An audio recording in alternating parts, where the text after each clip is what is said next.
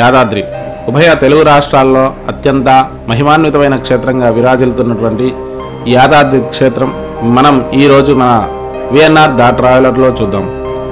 మరి పురాతనమైనటువంటి శ్రీ లక్ష్మీ నరసింహస్వామి దేవాలయాన్ని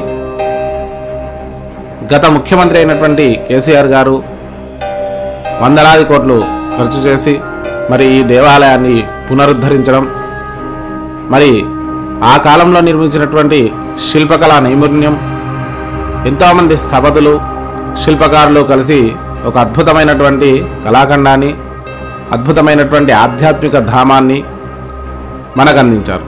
అలాంటి అద్భుతమైనటువంటి యాదాద్రి క్షేత్రం ఈరోజు మన విఎన్ఆర్ ద ట్రావెలర్లో చూద్దాం. మరి ఈ వీడియోను పూర్తిగా చూడండి. యాదాద్రి వైశిష్ట్యం, అలాగే యాదాద్రి యొక్క గొప్పతనం, దాంతోపాటు స్థల పురాణంతో పాటు ఇంకా ఇక్కడ చూడవలసిన అనేక దివ్య దర్శనాలన్నీ కూడా మీకోసం చూపిస్తాము. మరి విఎన్ఆర్ ద ట్రావెలర్ను తప్పకుండా సబ్స్క్రైబ్ చేసుకోండి. యాదాద్రికి చేరుకోవడానికి మనం మార్గాలు చూద్దాం. యాదాద్రి దేవాలయానికి చేరుకోవడానికి మనం హైదరాబాద్ నుంచి సొంత వాహనాల్లో వెళ్ళేవారు బైపాస్ మీదుగా ఘట్కేసర్ అంటే ఔటర్ రింగ్ రోడ్ మీదుగా ఘట్కేసర్ ఎగ్జిట్లో దిగి అక్కడి నుంచి మనం ఘట్కేసర్ భువనగిరి మీదుగా వెళ్ళొచ్చు. దాదాపుగా ఇది ఘట్కేసర్ ఎగ్జిట్ నుంచి 40-45 కిలోమీటర్లు వస్తుంది. మరి రైలు మార్గం అయితే రాయగిరి అనే రైల్వే స్టేషన్ ఉంటుంది, కాకపోతే ప్యాసింజర్ రైలు మాత్రమే ఆగుతాయి. లేదు Jubilee bus station, imli bus station నుంచి వెళ్ళాలనుకునేవారు ప్రతి అరగంటకు ఒక యాదాద్రి బస్సు ఉంటుంది దేవాలయం వరకు. అక్కడ మనం కింద దిగి అక్కడి నుంచి వెళ్ళాల్సి ఉంటుంది. విమాన మార్గం మన శంషాబాద్ ఎయిర్పోర్ట్ హైదరాబాద్లో ఉంది. విమానాల్లో వచ్చి వెళ్ళాలనుకునే వరకు అక్కడ దిగి అక్కడి నుంచి మనం క్యాబ్ కానీ ఏదైనా వాహనాల్లో వెళ్ళొచ్చు. ఇది మనం వెళ్ళడానికి మార్గం. ఇక యాదాద్రి చేరుకున్నాక మనకు కింది నుంచి ఎలా వెళ్ళాలి అనేది మనం చూద్దాం. యాదాద్రి చేరుకున్నాక మనం కొండ కింది భాగానికి చేరుకుంటాం. అయితే బస్సులో వచ్చేవారు బస్ స్టాండ్లో దిగి అక్కడి నుంచి కొండపైకి ఉచిత బస్సు ఉంది. అలాగే కారులో వచ్చేవారు కారుకు 2 రకాల పార్కింగ్లు ఉన్నాయి. కింద గుట్ట కింద మనకు కుడివైపు వెళ్తే పార్కింగు 50 రూపాయలు. అక్కడ కారు పెట్టేసి మనం ఉచిత బస్సు అక్కడి నుంచి పైకి ఉంటుంది. ఆ ఉచిత బస్సులో కొండపైకి వెళ్ళొచ్చు. లేదు అంటే మనం కారు 500 కట్టి కొండపైకి తీసుకెళ్ళొచ్చు. దాదాపుగా నా సలహా ఏంటి అంటే 500 పోయినా సరే పైకి తీసుకెళ్ళడం అనేది మంచిది. ఎందుకంటే ఉచిత బస్సు చాలా రద్దీగా ఉంటుంది. అందరూ కూడా సామాన్య ప్రజలు చాలామంది అందులో ఎక్కడం, అది రద్దీగా ఉండడం వల్ల మనం ఒక్కోసారి ఆలస్యం కూడా కావచ్చు. కాబట్టి 500 మనం ఐదుగురం వెళ్తాం కాబట్టి ఒక కారులో 500 పెట్టుకొని వెళ్ళినా దానికి ఇబ్బంది లేదు. కొండపైన మన కార్ పార్కింగ్ చేసుకోవచ్చు. కొండపైకి చేరుకున్నాక మనం ఇక్కడ మొబైల్ ఫోన్లు కానీ కెమెరాలు కానీ పెట్టాల్సి ఉంటుంది. అలాగే ఇక్కడ మనకు కనిపించేదే 500 పార్కింగ్. అంటే మనం ఇక్కడ వరకు కారు తీసుకోవచ్చు. ఇక్కడ నుంచి మాత్రం లైన్లో వెళ్ళాల్సి ఉంటుంది. కారు ఇక్కడ పార్క్ చేసి మరి మనం దర్శనానికి వెళ్ళే ముందు ఇక్కడ అన్ని మన దగ్గర ఉన్న ఎలక్ట్రానిక్ గూడ్స్ అన్ని కూడా ఇక్కడ లాకర్లో పెట్టేసి వెళ్ళి మళ్ళీ తిరిగి వెళ్ళేటప్పుడు తీసుకెళ్ళచ్చు.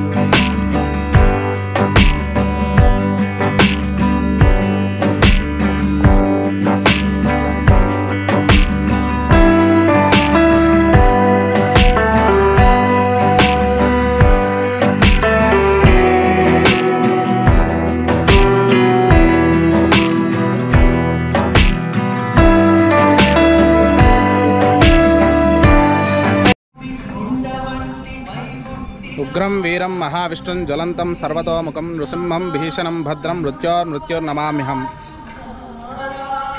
తెలంగాణలో ప్రస్తుతం సుప్రసిద్ధ దేవాలయంగా విరాజిల్లుతున్నటువంటి శ్రీ లక్ష్మీ నరసింహస్వామి దేవాలయం.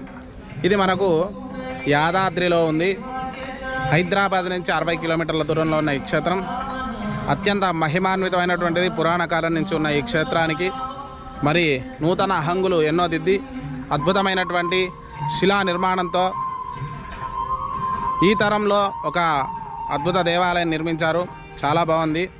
మరి కొద్దిగా ఆలస్యంగా నేను ఈ దేవాలయంకి వచ్చాను, అయినా కూడా ఈ వీడియో పూర్తిగా మీకోసం అందిస్తున్నాను. మరి ఈ దేవాలయం దాదాపుగా 1200 కోట్ల పైన ఖర్చు అయిందన్నట్టుగా మనకు గవర్నమెంట్ వారు చెప్పారు. ఇంత అద్భుతమైనటువంటి దేవాలయాన్ని మనం ఈరోజు వీక్షిస్తున్నాం.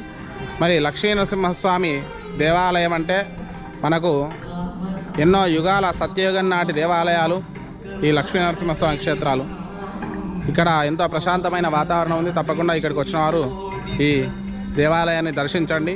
మరి అందరి కోసం ఈ యాదాద్రి దేవాలయం మీకోసం అద్భుతమైనటువంటి ఫోటోగ్రఫీతో మీకోసం మీ ముందుకు.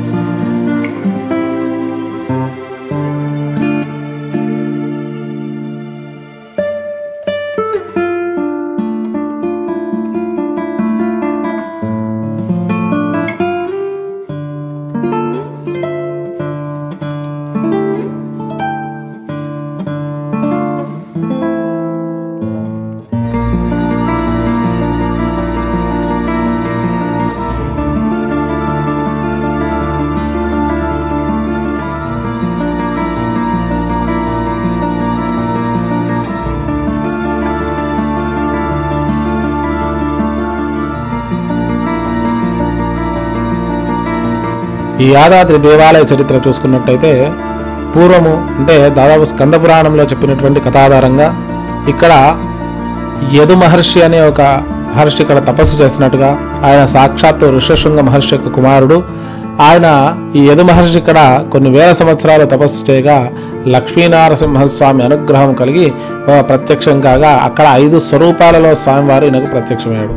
ఒకటి జ్వాలా నారసింహుడు, గండబేరుండ నారసింహస్వామి, యోగానంద నారసింహస్వామి, ఉగ్ర నారసింహస్వామి, లక్ష్మీ నారసింహస్వామిగా మనకు దర్శనమివ్వగా మరి వెంటనే ఈ యదు మహర్షి కోరుకున్నాడు, నేను ఇక్కడ పర్వతంలాగా అవుతాను, మరి ఇక్కడే నువ్వు నా పైన 5 స్వరూపాలలో కొలువై ఉండు స్వామి అని చెప్పేసి ఆ నారసింహస్వామిని కోరుకోగా వెంటనే నారసింహస్వామి 5 స్వరూపాలలో ఒకే రాయి పైన వెలిసాడు. మరి ఇక్కడ అద్భుతమైనటువంటి శిల మీద ఈ 5 స్వరూపాలు వెలిసినట్టుగా మనకు స్థల పురాణం చెప్తుంది. మరి లక్ష్మీనరసింహస్వామి దేవాలయాలు చాలా ఉన్నాయి, కానీ అన్నిట్లో కన్నా మహోత్కృష్టమైంది మంచి విశేషమైన దేవాలయం ఈ యోగానంద, అలాగే లక్ష్మీనరసింహస్వామి దేవాలయం యాదాద్రి.